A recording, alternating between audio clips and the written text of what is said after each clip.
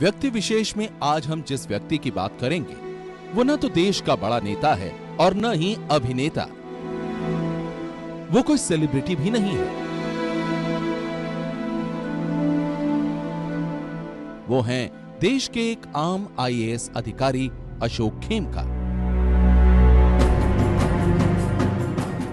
लेकिन अशोक खेमका वो अफसर हैं जिन्होंने देश के सबसे ताकतवर राजनीतिक घराने गांधी परिवार के दामाद रॉबर्ट वाड्रा के जमीन सौदे पर ही सवाल खड़े कर दिए।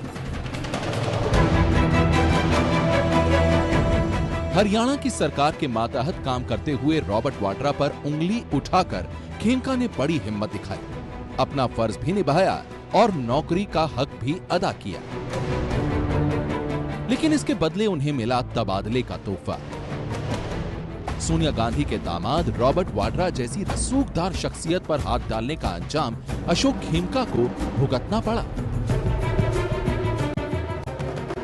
बल्कि खुद खेमका ने ही खड़ा किया था वक्त से पहले हुए अपने तबादले पर सवाल। और 80 दिन में अगर आप अपराइट ऑफिसर्स के तबादला करेंगे तो it will be demoralising, upsetting them. Please don't do that. और अगर कारण है तो कारण बताया जाए, और नहीं तो इसका कैंसिल करिए।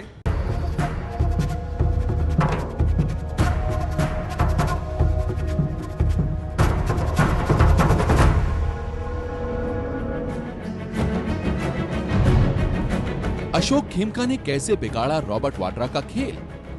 खेमका ने कैसे खोली वाड्रा और रियल एस्टेट कंपनी डीएलएफ के बीच हुए जमीन सौदे की पोल? ये हम आपको बताएंगे आगे। पहले देखिए अशोक खेमका के तबादले पर कैसे मचा कोहराम। संदेश ये देना चाहते हैं कि अगर पहले प्रथम परिवार के खिलाफ कुछ बोलोगे तो भुगतोगे। अगर वो अधिकारी को ऐसा लगता है, वो एडमिनिस्ट्रेटिव ब्यूरोक्रेटिक एडमिनिस्ट्रेटिव मैकेनिज्म है, उधर जाके उसका ग्रीवेंसेस एड्रेस कर सकता है। क्यों पब्लिक में जाके बोल रहा है? मैं हरियाणा के मुख्यमंत्री जी से जानना चाहता हूँ कि क्या हरियाणा के अंदर आईएएस अफसरों की ट्रांसफर को लेके कोई पॉलिसी है कि नहीं है? तबादला जो है वो सरकार का कार्य है, तबादला को पनिशमेंट नहीं होती। इस प्रकार से दुर्भावनाओं से ग्रस्त होकर के अगर अच्छे अधिकारियों के ट्रांसफर होंगे तो फिर हरियाणा प्रदेश का प्रशासन और ज्यादा ठप हो जाएगा। इसमें कुछ भी इसको राजनीतिक रंग से नहीं देखना चाहिए, क्योंकि ऑफिसर्स के हर राज्यों में ट्रांसफर होते रहते हैं। हर एक पब्लिक सर्वेंट ऑफिसर जो हिम्मत और मेहनत से काम करता है, ये उसकी खेमका की कहानी। 15 अक्टूबर वो दिन जब अशोक खेमका ने रॉबर्ट वाड्रा और डीएलएफ के बीच हुआ 3.53 एकड़ जमीन का सौदा रद्द कर दिया। वाड्रा की ये जमीन हरियाणा के गुड़गांव जिले के शिखोपुर गांव में है, जिसे उन्होंने डीएलएफ को 58 करोड़ रुपए में बेच दिया था। लेकिन वाड्रा और डीएलएफ के बीच हुई इस सौदेबाजी में क्या घपला हुआ और कैसे शुरू हुई इस मामले की जांच, खुद सुनिए खेमका जी की जुबानी। देखिए, मैं इंस्पेक्टर जनरल महानिरीक्षक रजिस्ट्रेशन था। मेरे अपने कार्यालय के बारे में किसी बड़े ही रेप्यूटेड न्यूज़पेपर में स्टोरी आए, इंडियन एक्सप्रेस में आए, टाइम्स ऑफ इंडिया में आए, आपके न्यूज चैनल्स में आए कि डीड्स की अंडर वैल्यूएशन हुई। ये चीजें संभव नहीं थी, क्योंकि कंप्यूटराइज सॉफ्टवेयर है, कलेक्टर रेट से नीचे वो सॉफ्टवेयर लेते ही नहीं है। तो मैंने सिंपली ये जांच ये कराने का ये सोचा, खुद जांच करने, क्योंकि मेरा कोई ऐसा स्टाफ या दफ्तर नहीं है इंस्पेक्टर जनरल रजिस्ट्रेशन का। अंडर वैल्यूएशन यानी जमीन का कम मूल्यांकन, और इसका मतलब स्टाम्प ड्यूटी की चोरी। Land consolidation and land record come inspector general of registrar के महानिदेशक खेमका ने हरियाणा के 4 जिलों के उपायुक्त सह रजिस्ट्रार को 12 अक्टूबर को आदेश जारी कर कहा कि वाड्रा और उनकी कंपनियों के 1 जनवरी 2005 के बाद किए गए जमीन सौदों की जांच कर 25 अक्टूबर तक रिपोर्ट दें। तो मैंने सब रजिस्ट्रिंग ऑफिसर से कहा कि डेटा अपना सेंट्रलाइज करो, हम इसको वेब में डालेंगे और क्वेरी करके हम ये जांच से ये भी पता कर लेंगे कि कोई अंडर वैल्यूएशन हुआ है, और अगर अंडर वैल्यूएशन हुआ है तो हम कलेक्टर को दे देंगे कि उस पर जुर्माना लगाए और स्टैंप ड्यूटी लगाए। रॉबर्ट वाड्रा और डीएलएफ के बीच जमीन सौदे का कौन सा सच खेमका के सामने आया और इस पर क्या था खेमका का एक्शन, ये हम बताएंगे आगे। पहले देखिए वाड्रा की जमीन सौदों की जांच के आदेश देने के बाद कैसे आनन फानन में सरकार ने खेमका का कर दिया तबादला, वो भी रात के 10 बजे। ट्रांसफर मुझे 11 तारीख की रात 10 बजे घर पे दिए गए, तो 12 तारीख को अगले दिन मैंने मुख्य सचिव महोदय को चिट्ठी भेजी, ये मुझे आप सुनिए, और मेरी 80 दिन में तबादला हुआ है और कानूनी तौर से मुझे 2 साल का टेन्योर अश्योर्ड है। तो कम से कम अगर आप 2 साल से पहले तबादला करते हैं तो कुछ कारण तो बता दो। कई आईपीएस ऑफिसर्स, कई एसएचओस, कई एसपीज, कई डीसीज, कई सेक्रेटरीज ऐसे ही बदली होते हैं। ये खेमका जी के केस ने बहादुरी दिखाई, इसने एक्सपोज कर दिया। बाकी चुप करके चले जाते हैं, जो मिला चले गए, या छुट्टी ले ली, या कुछ किया, या सिफारिश लगवाई, या गिवन कर दिया। खेमका जी ने एक बहादुरी दिखाई जिसमें उन्होंने सारी जो हमारी ब्यूरोक्रेसी, सिविल सर्विसेज की कहानी है, उसको उजागर कर दिया। 1991 बैच के आईएएस अधिकारी अशोक खेमका के लिए तबादलों का ये खेल काफी पुराना है। पिछले 20 सालों में उनका 40 बार ट्रांसफर हो चुका है, लेकिन उनके इस ताजा तबादले ने देश के राजनीतिक तापमान को चढ़ा दिया, क्योंकि मामला सोनिया गांधी के दामाद रॉबर्ट वाड्रा से जुड़ा था। खेमका जी का तबादला 11 अक्टूबर को हुआ है, और ये जिस आप म्यूटेशन को रद्द करने की बात करते हैं, ये रद्द खेमका जी ने अपना ऑर्डर अपने ट्रांसफर के बाद पास किया है। तो इसलिए ये कहना कि इस कारण से खेमका जी का ट्रांसफर हुआ है, ये उचित नहीं है। अशोक खेमका के तबादले ने जो सवाल खड़े किए वो अभी भी शक की दीवार पर टंगे हैं। अब हम आपको बताते हैं सोनिया गांधी के दामाद रॉबर्ट वाड्रा के जमीन सौदों की जांच को लेकर खेमका का एक्शन रिप्ले। रॉबर्ट वाड्रा और डीएलएफ 2 इंडिविजुअल्स हैं, और सरकार के आगे चाहे वो डीएलएफ हो, चाहे रॉबर्ट वाड्रा हो, चाहे एक आम नागरिक हो, सब बराबर है, कोई बड़ा छोटा नहीं है। 8 अक्टूबर को खेमका ने हरियाणा के 4 जिलों गुड़गांव, फरीदाबाद, पलवल और मेवात में रॉबर्ट वाड्रा की जमीन सौदों की जांच के आदेश दिए। जो मेरे पास शक्तियां थी, जो मेरी कर्तव्य था, जो मेरा कर्तव्य था, उस कर्तव्य को निभाने में मैंने भरसक प्रयत्न किया, कोई चूक नहीं की, चाहे वो कोई भी हो। 11 अक्टूबर को खेमका का ट्रांसफर राज्य के सीड्स डेवलपमेंट कॉर्पोरेशन में कर दिया गया,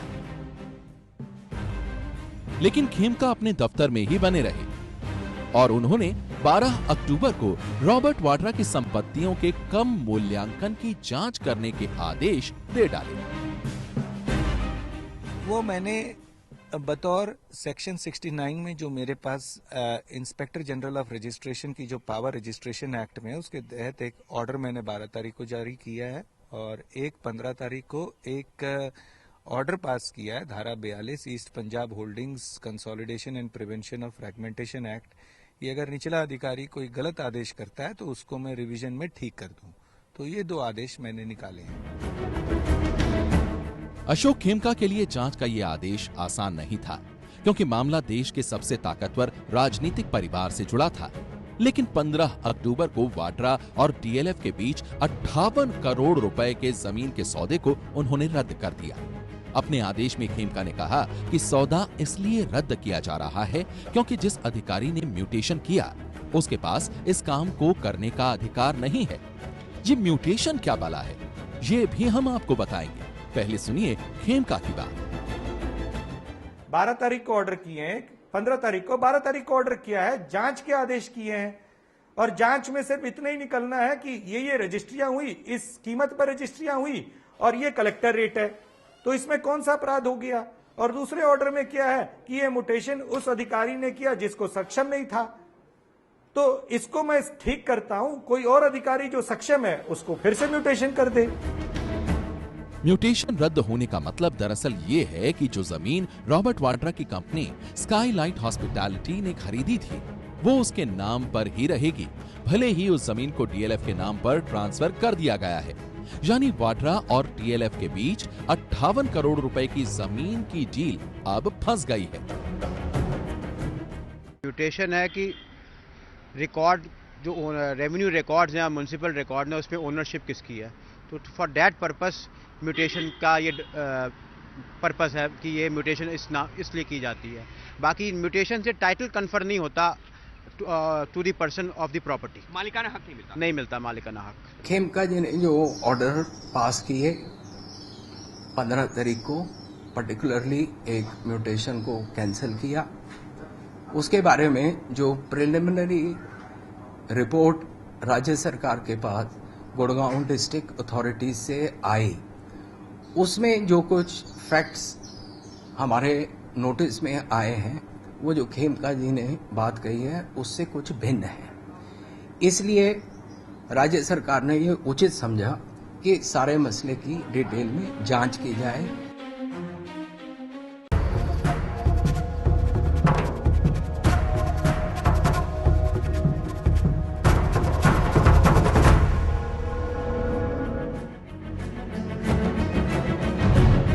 सोनिया के दामाद रॉबर्ट वाड्रा के जमीन सौदों की जांच का आदेश देने वाले आईएएस अफसर अशोक खेमका का तबादला तो हो गया, लेकिन खेमका ने जाते जाते वाड्रा और टीएलएफ के बीच हुई डील में ही पेंच डाल दिया है। लेकिन जमीन के इस सौदे के पीछे खेल कुछ और भी हुआ। क्या है वो खेल, खुद सुनिए अशोक खेमका की जुबानी। जो कृषि भूमि का जो भूमि परिवर्तन दिया जाता है या लाइसेंस दिया जाता है कॉलोनाइजेशन के लिए, उसमें भी सस्ते घर नहीं बनते क्योंकि भूमि अधिग्रहण होती है। जो कृषि योग्य भूमि से नॉन एग्रीकल्चर यूज में जो कन्वर्ट होती है, उसका जो पूरा प्रीमियम या पूरा फायदा है वो या तो उपभोक्ता को मिले या सरकार के राजस्व में जाए। बिचौलियों को जो डिफरेंस या मुनाफा मिलता है वो कम से कम होना चाहिए। हमें इस सारे डील से बस एक ही सीख यही मिलती है। दरअसल खेमका ने अपनी रिपोर्ट में भी कहा है कि रॉबर्ट वाड्रा को शिखूपुर की जमीन पर हाउसिंग कॉलोनी बनाने का जो licence town and country planning विभाग ने दिया था, वो किसी को बेचा नहीं जा सकता था।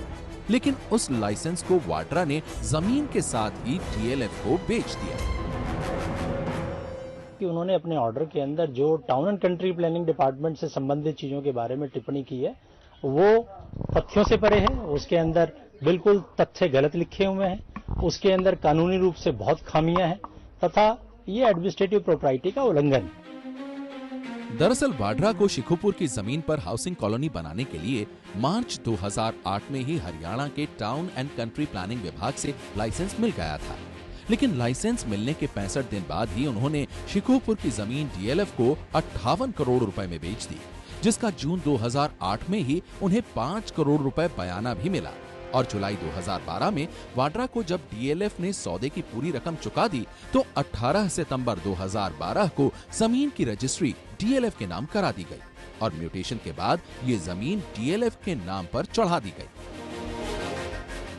सरकार के पास एक लाइसेंस देने का एक राइट है, तो वो आप जमीन खरीदिए या जमीन सरकार से ट्रांसफर कराइए, लाइसेंस लीजिए और उसको पैकेज के रूप में बिजनेस मॉडल बना करके आगे बेचे। तो मुनाफा किसने खाया? उपभोक्ता को तो नहीं मिला ना मुनाफा। सस्ते घर के रूप में उपभोक्ता को तो नहीं मिला। कोई ऐसा लाइसेंस 50 करोड़ के पेंट हाउस के लिए भी नहीं होता। ये कोई हाउसिंग इंफ्रास्ट्रक्चर थोड़ी ना है। हाउसिंग इंफ्रास्ट्रक्चर होता है ईडब्ल्यूएस हाउसिंग, गरीब लोगों के लिए हाउसिंग होती है। कि अगर सरकार लाइसेंस दे और जमीन अपनी दे तो आप ईडब्ल्यूएस गरीबों के लिए हाउसिंग बनाइए। अशोक खेमका पहले भी भ्रष्टाचार के कई मामलों का पर्दाफाश कर चुके हैं। भ्रष्टाचार के खिलाफ लड़ने के लिए 2009 में उन्हें मंजूनाथ अवार्ड से भी नवाजा गया है और 2012 में एसआर जिंदल अवार्ड से भी। 1998 में आईआईटी खड़गपुर से बीटेक करने वाले खेमका ने कंप्यूटर साइंस में पीएचडी की है। खेमका ने बिजनेस मैनेजमेंट की भी पढ़ाई की है। यही वजह है कि अधिकारी वर्ग में उनकी छवि एक काबिल आईएएस अफसर की है, जो 40 से ज्यादा तबादलों के बावजूद कभी फैसले लेने से डरा नहीं। यदि कोई उनके ऑर्डर से समझता है कि उनके ऑर्डर्स उचित नहीं है, तो उसके पास एक ऑप्शन है लीगल रेमेडी लेने की। क्वासी जुडिशियल अथॉरिटी के ऑर्डर को एडमिनिस्ट्रेटिव तरीके से रद्द नहीं किया जाता।